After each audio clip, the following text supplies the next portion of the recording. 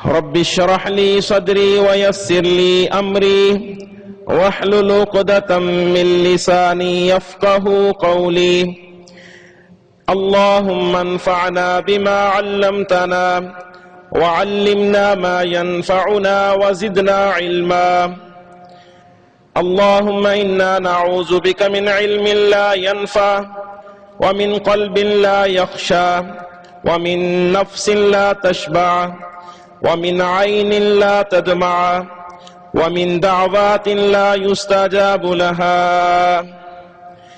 أعوذ بالله السميع العليم من الشيطان الرجيم من همزه ونفخه ونفثه إن الله يأمر بالعدل والإحسان وإيتاء ذي القربى وينهى عن الفحشاء والمنكر والبغي يعظكم لعلكم تذكرون وقال رسول الله صلى الله عليه وسلم إن المقسطين عند الله على منابر من نور عن يمين الرحمن وكلتا يديه يمين الذين يعدلون في حكمهم وأهليهم وما ولوه رواه مسلم.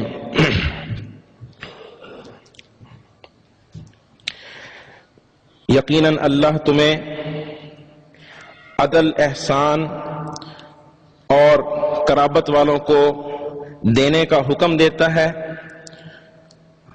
اور فحاشی، منکر، برائی اور بغاوت کرنے سے منع کرتا ہے.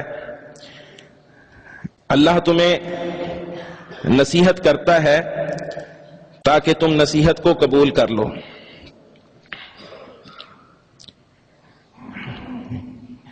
یہ آیت سورہ النحل آیت نمبر 90 ہے. اس آیت کریمہ کے اندر اللہ رب العزت نے 3 بھلائیوں کا، 3 چیزوں کا حکم دیا ہے اور 3 برائیوں سے منع کیا ہے. اور یہ آیت ایک ایسی جامع آیت ہے جو انسانیت کے ہر قسم کے انفرادی اور اجتماعی معاملات کو محیط ہے.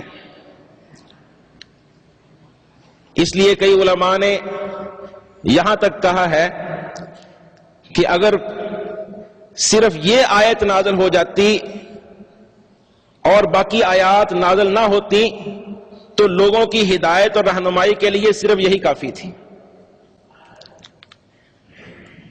مسند احمد کے اندر حدیث ہے، عثمان بن مظعون رضی اللہ تعالیٰ عنہ فرماتے ہیں کہ یہ آیت جب میں نے رسول اللہ صلی اللہ علیہ وسلم سے سنی تو اس آیت کے سننے کے ساتھ میرے دل کے اندر ایمان راسخ ہو گیا اور میرے دل کے اندر محمد رسول اللہ صلی اللہ علیہ وسلم کی محبت پیدا ہو گئی. وہ 3 چیزیں جن کا حکم دیا گیا ہے وہ کون سی ہیں؟ ان میں سے سب سے پہلی چیز عدل ہے. عدل کسے کہتے ہیں؟ کہ اپنے عقیدے کے اندر اور اپنے عمل کے اندر ہر قسم کی زیادتی اور کمی سے بچ کر ایک راہ اعتدال کو اختیار کرنا، افراط و تفریط سے بچ کر توازن اور تناسب ہر کام کے اندر اختیار کرنا ہے، عقیدے میں بھی اور افعال اور اعمال میں بھی. توازن اور اعتدال ہونا چاہیے، یہ عدل ہے. جس طرح سب سے بڑا ظلم وہ شرک ہے، ان الشرک لظلم عظیم، اسی طرح سب سے بڑا عدل وہ توحید باری تعالیٰ ہے. اللہ تعالیٰ کے بارے میں صحیح عقیدہ رکھنا کہ اللہ ہی خالق اور مالک ہے، وہی منعم حقیقی ہے وہی پوری کائنات کا نظام بڑے توازن اور تناسب کے ساتھ، بڑے عدل و اعتدال کے ساتھ چلانے والا ہے۔ آسمانوں کی بلندیوں سے لے کر زمین کی گہرائیوں تک، مشرق سے مغرب، شمال سے جنوب تک پوری کائنات اللہ رب العزت نے وَآتَى كُلَّ شَيْءٍ خَلْقَهُ ثُمَّ هَدَى، ہر چیز کو اس کی مناسب تخلیق عطا فرمائی ہے اور پھر سیدھے راستے کی رہنمائی بھی کی ہے۔ مَا تَرَى فِي خَلْقِ الرَّحْمَنِ مِن تَفَاوُتٍ،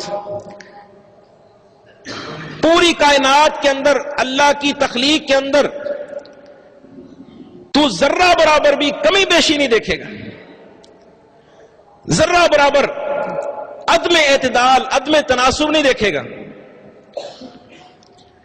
اِنَّا كُلَّ شَيْءٍ خَلَقْنَاهُ بِقَدَرٍ، ہم نے ہر چیز کو ایک مکمل اندازے کے ساتھ پیدا کیا ہے، اور اللہ کا اندازہ وہ غلط ہو ہی نہیں سکتا۔ لوگوں کے اندازے ان میں غلطی ہو سکتی ہے۔ الذی خلقک فسواک فعدلک، انسان کو پیدا کیا، وَلَقَدْ خَلَقْنَا الْإِنسَانَ فِي أَحْسَنِ تَقْوِيمٍ، بہترین ڈھانچے میں ایک ترتیب کے ساتھ مختلف اعضاء کو جوڑ کے ایک تناسب کو قائم کر کے، ہڈیاں ان کے اوپر گوشت چڑھایا، ان کے اوپر چمڑا، ایک ترتیب ہے۔ اگر اسی ترتیب کو اللہ الٹ کے رکھ دے، اس ترتیب کو بگاڑ دے، جس ترتیب میں اللہ نے پیدا کیا ہے وہ سب سے حسین ترین ترتیب ہے اور سب سے عدل والی، اعتدال والی ترتیب ہے۔ اِنَّا كُلَّ شَيْءٍ خَلَقْنَاهُ بِقَدَرٍ، یہ پوری کائنات کا جو نظام چل رہا ہے، اس کے بارے میں یہ عقیدہ رکھنا کہ یہ عین عدل کے مطابق ہے، اور اللہ کے متعلق اپنے دل میں یہ عقیدہ مضبوط کرنا کہ اللہ میرے بارے میں جو فیصلہ کرتا ہے وہ عین عدل والا فیصلہ ہے۔ اگر اس فیصلے کے علاوہ کوئی اور فیصلہ اللہ میرے بارے میں کر دیتا تو وہ عدل نہیں تھا، جو اللہ نے کیا ہے وہ عدل ہے، خواہ میرے موافق ہو یا میرے موافق نہ ہو، مجھے اچھا لگے یا مجھے اچھا نہ لگے، ظاہری طور پر مجھے اس میں اپنا نقصان اور ضرر نظر آتا ہو، ظاہری طور پر دیکھنے میں مجھے تکلیف محسوس ہوتی ہو، اس کے اندر ہمارا عقیدہ اللہ کے بارے میں، اللہ کے عدل کے بارے میں کیا ہونا چاہیے؟ اللہ کے نبی صلی اللہ علیہ وسلم نے تعلیم دی ہے، اپنی امت کو یہ دعا سکھلائی ہے، دعا کے اندر یہ کلمات سکھلائے ہیں، عدل فی قضاؤک، اے اللہ میرے بارے میں جو بھی تیرا فیصلہ ہے وہ عین عدل پر مبنی ہے، عین انصاف پر مبنی ہے۔ مجھے اگر اس کی حقیقت کا نہیں پتا تو یا اللہ تو جانتا ہے، تجھے اس کی حقیقت کا خوب علم ہے، میرا علم ناقص ہے، اس لیے میرا یہ عقیدہ ہے، میرا یہ یقین ہے کہ یا اللہ تو نے جو فیصلہ کر دیا وہ اچھا ہے۔ مسند احمد کے اندر حدیث ہے، نبی کریم صلی اللہ علیہ وسلم نے فرمایا ما اصاب احدا قط ہم ولا حزن، جس بندے کو کوئی غم پہنچتا ہے، کوئی تکلیف پہنچتی ہے، کوئی پریشانی پہنچتی ہے، اور وہ یہ دعا پڑھتا ہے اللہم انی عبدک وابن عبدک وابن امتک ناصیتی بیدک عدل فی قضاؤک، یہ دعا پڑھتا ہے، مکمل اس دعا کو پڑھتا ہے اور یہ عقیدہ اس دعا کے ساتھ اپنا بیان کرتا ہے، الا اذهب اللہ بہ ہمہ وحزنہ وابدلہ فرجا، تو اللہ رب العزت اس عقیدے کی برکت سے، اس دعا کی برکت سے اس کی پریشانیاں ختم کر دیتا ہے، اس کے دکھ تکلیف اس کے ذہن سے نکال دیتا ہے اور اس کی جگہ پر کشادگی اور خوشی کو بھر دیتا ہے۔ جس کا اپنے رب پر یقین ہوتا ہے کہ میرا رب ہے، میرے ساتھ محبت کرنے والا ہے، اس نے میرے بارے میں جو فیصلہ کیا ہے وہ عین عدل پر مبنی ہے، کبھی میرا رب میرے ساتھ زیادتی نہیں کرے گا، یہ اللہ کے بارے میں عدل ہے۔ اور اللہ کے بارے میں یہ فیصلہ، یہ عقیدہ رکھنا کہ اللہ ہی خالق مالک ہے، داتا ہے، حاجت روا مشکل کشا ہے، وہی دستگیر ہے، حاجات کو پورا کرنے والا ہے۔ افراد اور تفرید کے سے ہٹ کر، کمی زیادتی سے ہٹ کر اللہ کے بارے میں وہ عقیدہ رکھنا جو قرآن و حدیث میں بیان ہوا ہے۔ اللہ کے بارے میں کمی کیا ہے کہ اس کی جو صفات، اس کی ذات کا انکار کر دینا کہ اس کی ذات کی منکر ہے، یا اس کی صفات کا انکار کر دینا، جو صفات قرآن مجید میں یا احادیث رسول میں اللہ تعالیٰ کی بیان کی گئی ہیں، ان میں سے کسی صفت کا انکار کر دینا، یہ اللہ کی توحید کے اندر کمی ہے، نقص ہے، اور یہ جائز نہیں ہے۔ اللہ تعالیٰ کا ہاتھ ہے، یہ کہنا اللہ کا ہاتھ نہیں ہے۔ قرآن پاک میں آ گیا، احادیث میں آ گیا، اللہ کا ہاتھ ہے، اللہ کا چہرہ ہے، اللہ رب العزت کی آنکھیں ہیں، اللہ کا پاؤں ہے، اللہ کی پنڈلی ہے، اللہ سنتا ہے، دیکھتا ہے، اللہ اترتا ہے آسمان زمین دنیا کی طرف آتا ہے، قیامت والے دن فصل کے لیے، فیصلے کے لیے اللہ اترے گا، اللہ غصے ہوتا ہے، اللہ خوش ہوتا ہے، راضی ہوتا ہے۔ یہ اللہ کی صفات اور جتنی بھی صفات اللہ کی بیان ہوئی ہیں ان کو ماننا اور یہ سمجھنا کہ واقعی اللہ کی یہ صفات ہیں، تعطیل نہ کرنا، انکار نہ کرنا، اور پھر تشبیہ بھی نہ دینا کہ اللہ کا ہاتھ ہے جس طرح ہمارا ہاتھ ہے، اللہ تعالیٰ اترتا ہے جس طرح ہم اترتے، نہیں، لیس کمثلہ شیء، اس کی مثل کوئی چیز نہیں ہے، اس کا دیکھنا ہمارے جیسا نہیں ہے، اس کا سننا مخلوق جیسا نہیں ہے، اس کا ہاتھ، اس کا چہرہ، اس کے پاؤں، جو بھی اللہ کی صفات ہیں مخلوق میں سے کسی کے بھی مشابہ نہیں ہیں، مماثل نہیں ہیں، ہم مثل نہیں ہیں۔ جس طرح اس کی ذات اعلیٰ ہے، بے مثل و بے مثال ہے، اس طرح اس کی ساری صفات بھی اعلیٰ ہیں، لا محدود، غیر متناہی ہیں۔ بعض لوگ انکار کرتے ہیں کہ اللہ تعالیٰ عرش پر، الرحمن علی العرش استوى، رحمان عرش کے اوپر ہے، کہتے ہیں نہیں، اس کا مطلب یہ ہے کہ اللہ تعالیٰ نے عرش پر قبضہ کیا، عرش پر، اس سے مراد حکومت ہے کہ ہر جگہ پر، عرش پر بھی اللہ کی حکومت ہے۔ یہ واضح تحریف ہے، اللہ کی صفات کا انکار ہے، ایسا معنی ہے جو نہ اللہ نے بتلایا ہے نہ اللہ کے رسول نے بتلایا ہے۔ قل اانتم اعلم ام اللہ، جب تم نے اللہ کو دیکھا ہی نہیں ہے تو اللہ کے بارے میں کیوں اپنی آراء کو پیش کر رہے ہو؟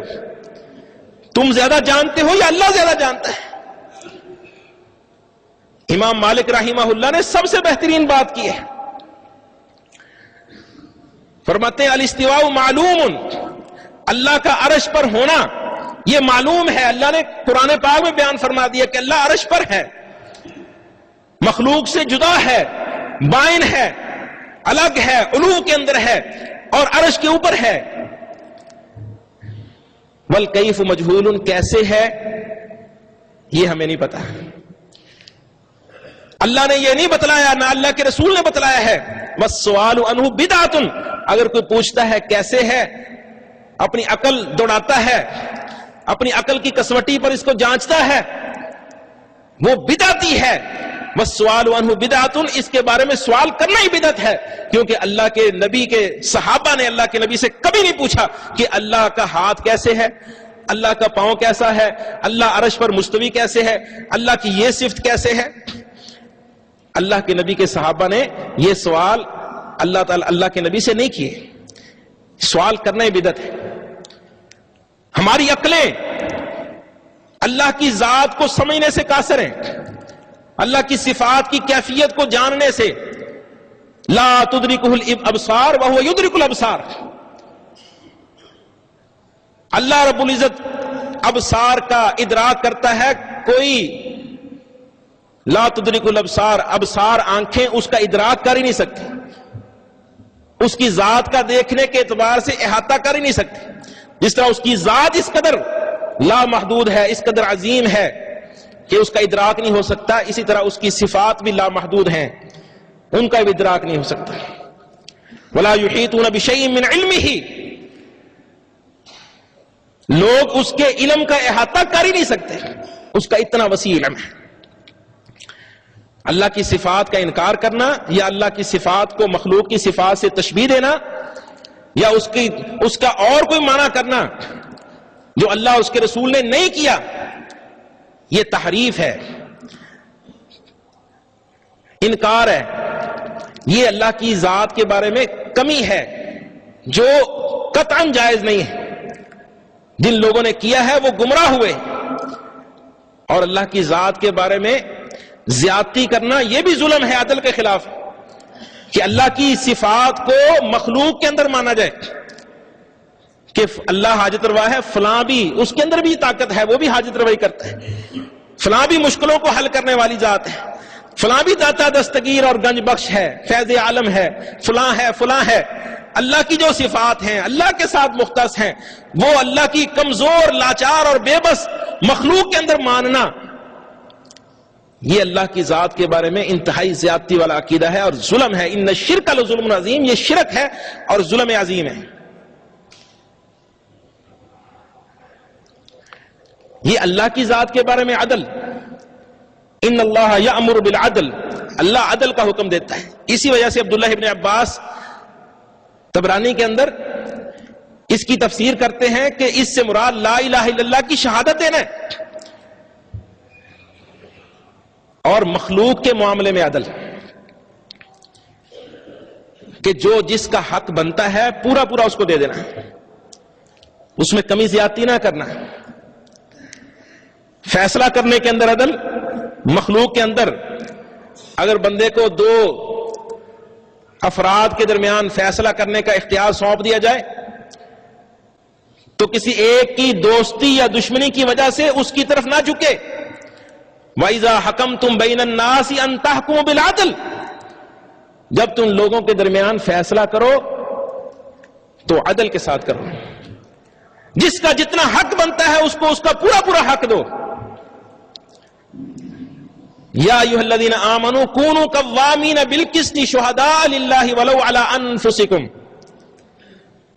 انصاف کے ساتھ انصاف کو قائم کرنے والے بن جاؤ، اگرچہ اس کا نقصان، اس کا بوجھ تمہاری اپنی ذات پر پڑ رہا ہو. اب الوالدین، اس تمہارے فیصلے کی زد میں تمہارے والدین آتے ہوں، تم نے انصاف کو نہیں چھوڑنا. وَلَقَدْ أَرْسَلْنَا رُسُلَنَا بِالْبَيِّنَاتِ وَأَنزَلْنَا مَعَهُمُ الْكِتَابَ وَالْمِيزَانَ لِيَقُومَ النَّاسُ بِالْقِسْطِ. اللہ فرماتے ہیں ہم نے رسولوں کو بھیجا ہے اور ان کے ساتھ کتاب کو بھی نازل کیا ہے اور میزان کو نازل کیا ہے. کتاب کا ذکر کیا اور الگ میزان کی اہمیت کے پیش نظر میزان کا ذکر کیا کہ ہم نے میزان کو بھی نازل کیا ہے. لِيَقُومَ النَّاسُ بِالْقِسْطِ، تاکہ تمام لوگ انصاف کو قائم کریں. یہ پوری شریعت یہ عدل ہے، شریعت کے مطابق فیصلے کرنا یہ عدل ہے. آج ہمیں دنیا کے اندر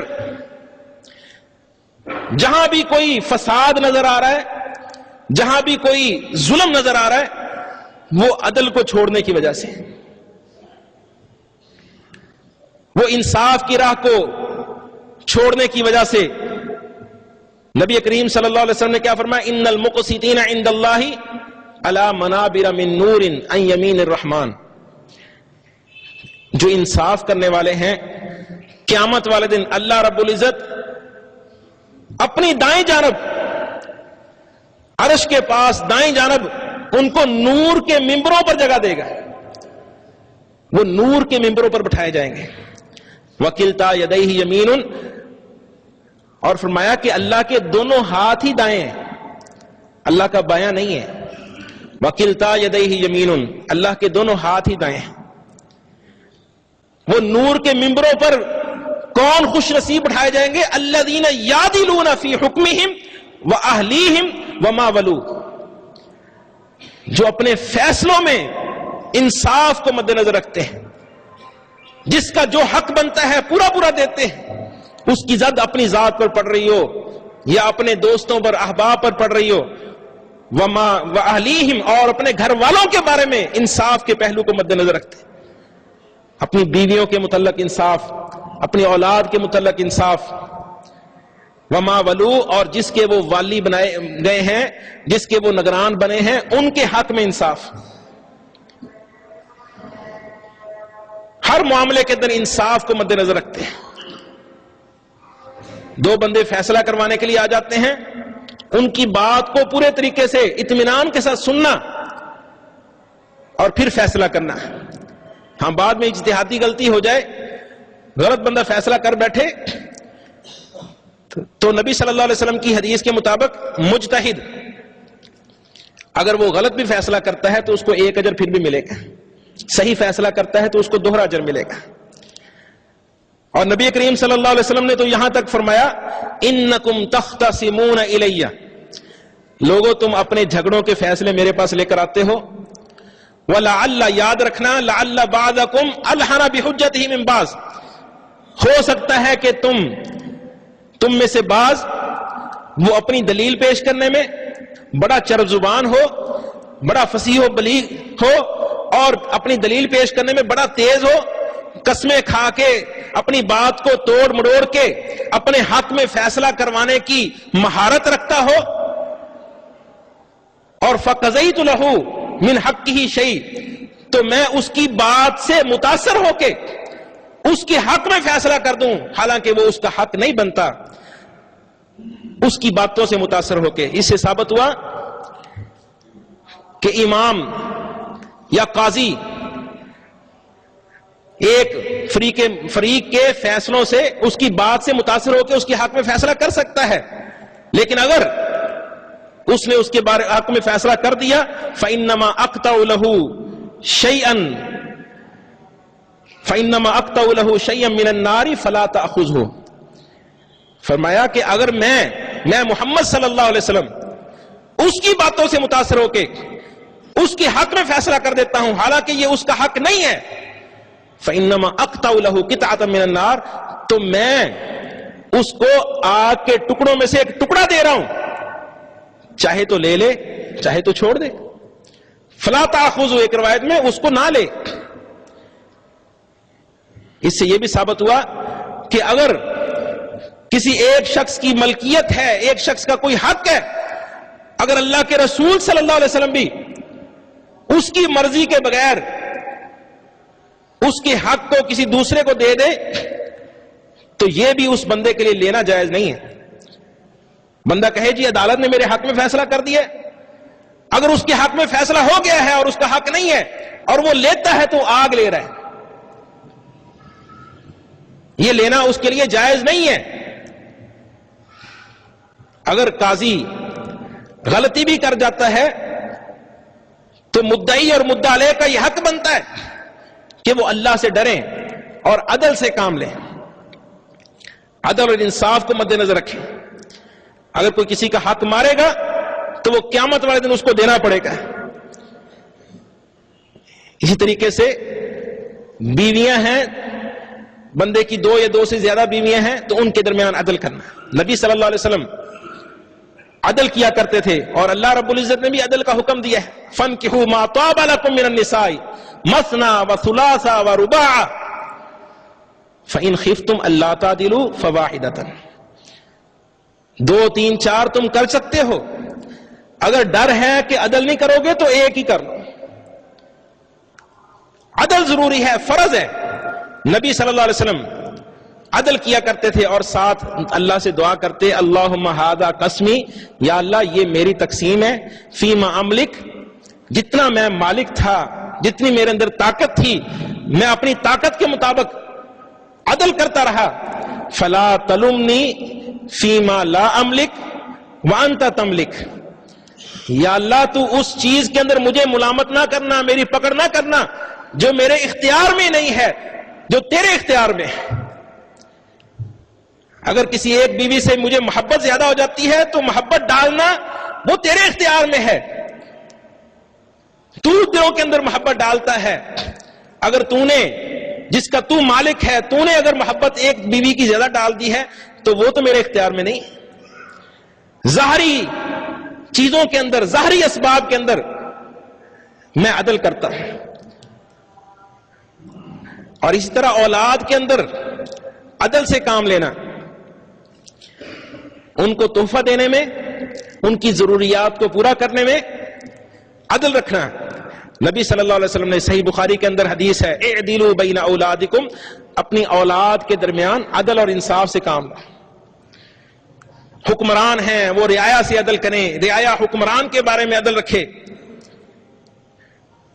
نبی کریم صلی اللہ علیہ وسلم نے فرمایا سبعۃ یظلھم اللہ فی ظلہ یوم لا ظل الا ظلہ، 7 بندے ہیں کہ اللہ رب العزت اس دن جس دن کوئی سایہ نہیں ہوگا، اللہ رب العزت ان 7 بندوں کو اپنے عرش کا سایہ دے گا. سب سے پہلا بندہ امام عادل، عدل کرنے والا حکمران، عدل کرنے والا امام، جو اپنے رعایا کے حقوق کو پورا کرتا ہے، ان کے حقوق کو ادا کرنے کی وہ مقدور بر کوشش کرتا ہے. وہ امام عادل، اللہ رب العزت نے، اللہ کے نبی نے سب سے پہلے امام عادل کا نام لیا کہ اللہ رب العزت اس کو عرش عظیم کا سایہ دے گا. اور رعایا بھی حکمرانوں کے حقوق کو پورا کرے. یا ایھا الذین آمنوا اطیعوا اللہ واطیعوا الرسول واولی الامر منکم، فرمایا ایمان والو اللہ کا حکم مانو، اللہ کے رسول کا حکم مانو، اور جو تمہارے اولو الامر ہیں، جن کو اللہ نے معاملے کا اختیار دیا ہے، تمہارے اوپر حکم چلانے کا اختیار دیا ہے، ان کی بھی اطاعت کرو، ان کا بھی حکم مانو. لیکن ان کی اطاعت وہ مشروط ہوگی، لا طاعت لمخلوق فی معصیت الخالق. جب خالق کی نافرمانی ہو رہی ہو تو کسی مخلوق کی بات ماننا، وہ کتنی ہی عظیم کیوں نہ ہو، کوئی بڑے سے بڑا امام ہو، کوئی بڑے سے بڑا پیر ہو، مولوی ہو، اگر اللہ اور اس کے رسول کی بات سے اس کی بات ٹکرا رہی ہے تو اس کو ماننا قطعاً حرام ہے. لا طاعت، اطاعت کرنا بالکل جائز نہیں ہے اس صورت میں. اولی الامر سے مراد حکمران لے لیں، یا اولی الامر سے مراد علماء لے لیں، یا ائمہ لے لیں، جو کوئی بھی مراد لے لیں، لیکن ان کی اطاعت اللہ اور اس کے رسول کی اطاعت کے ساتھ مشروط ہوگی. لا طاعت لمخلوق فی معصیت الخالق، یہ حدیث ہے پیارے پیغمبر محمد رسول اللہ صلی اللہ علیہ وسلم کی.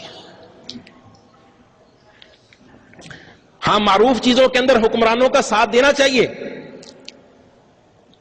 جو اسلام کے مطابق ہیں، جائز چیزیں ہیں، ان کے اندر حکمرانوں کا ساتھ دینا، اس کا اللہ کے نبی اللہ رب العزت نے قرآن پاک میں حکم دیا ہے.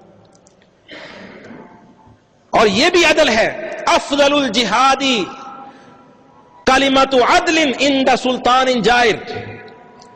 افضل ترین جہاد یہ ہے کہ کوئی حکمران ہے، ظالم ہے، ظلم کر رہا ہے، اللہ اور اس کے رسول کے فرامین کے خلاف فیصلے کر رہا ہے، یا کوئی قانون نافذ کر رہا ہے، تو اس کے سامنے عدل والا کلمہ کہنا، قرآن و حدیث کے مطابق شرعی مسئلے کو واضح اس کے سامنے کرنا. نبی کریم صلی اللہ علیہ وسلم نے فرمایا، ابو داؤد کے اندر حدیث ہے، افضل الجہاد، یہ افضل ترین جہاد ہے. یہ عدل جس کا اللہ رب العزت نے اس آیت کے اندر سب سے پہلے حکم دیا ہے، ان اللہ یأمر بالعدل والاحسان. دوسرے نمبر پر اللہ رب العزت نے احسان کرنے کا حکم دیا ہے.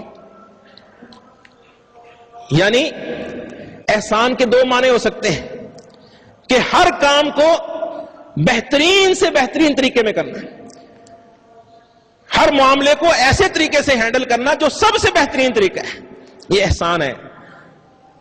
مخلوق کے ساتھ اچھا سلوک کرنا، یہ دوسرا معنی ہے.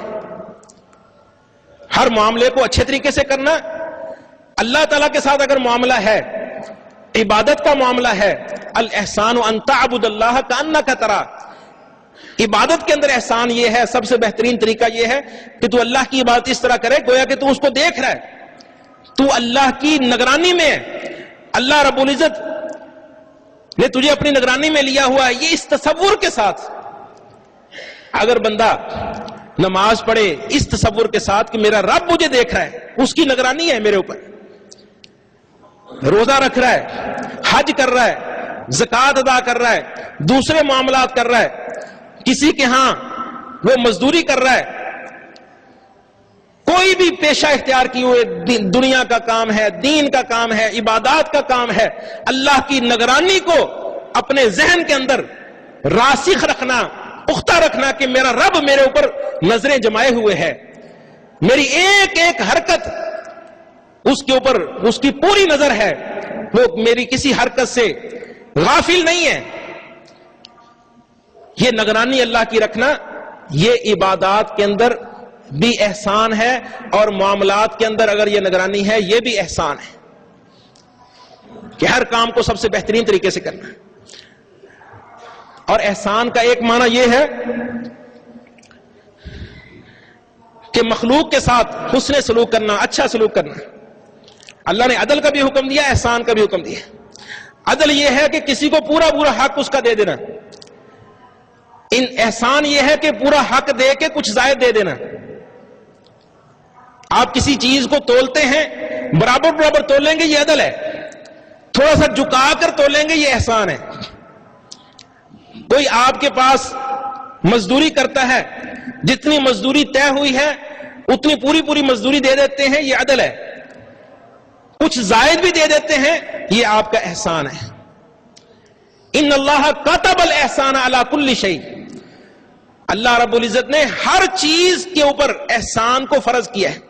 ہر چیز کے ساتھ، صرف انسانوں کے ساتھ نہیں، جانوروں کے ساتھ، حیوانات کے ساتھ، جانداروں کے ساتھ بھی اللہ رب العزت نے احسان کو ضروری قرار دیا ہے. عدل کے ساتھ کچھ آپ عدل کریں گے، اس کے ساتھ کچھ جھگڑے باقی رہ سکتے ہیں، بندہ سمجھے گا کہ اس نے مجھے پورا نہیں دیا. اگر آپ احسان کریں گے، پورا دے کے کچھ زائد بھی دے دیں گے، اس کے ساتھ جھگڑے باقی نہیں رہتے، اس کے ساتھ زیادہ تر جھگڑے ختم ہو جاتے ہیں. ان اللہ کتب الاحسان علی کل شیء واذا قتلتم فاحسنوا القتلہ، اگر تم کسی کو قتل کرتے ہو تو اس میں بھی احسان رکھو، اچھے طریقے سے قتل کرو. ہاں کسی کو کافر ہے، کوئی مرتد ہوا ہے، اس کو قتل کرنا ہے، میدان جہاد میں کافر کے ساتھ مقابلہ ہے، اس کو قتل کرنا ہے. کسی کے اوپر قتل حد کے طور پر واجب ہو گیا ہے، اس کو قتل کرنا ہے، اس کے اندر بھی اللہ نے احسان کا حکم دیا ہے. مسئلہ نہیں کرنا، اعضاء کو کاٹنا نہیں ہے. احسنوا القتل واذا ذبحتم فاحسنوا الذبح، جب تم جانور ذبح کرو تو اس کے اندر بھی تمہارا احسان ہونا چاہیے، اچھے طریقے سے جانور ذبح کرو.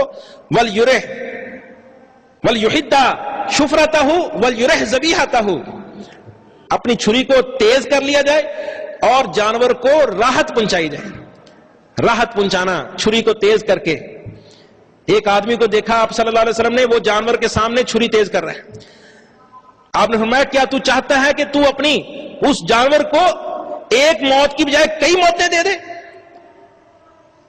منع کیا آپ نے کہ جانور کے سامنے تو چھری تیز کرے. ان اللہ یأمر بالعدل والاحسان، اللہ رب العزت عدل کے ساتھ احسان کرنے کا بھی حکم دیتا ہے.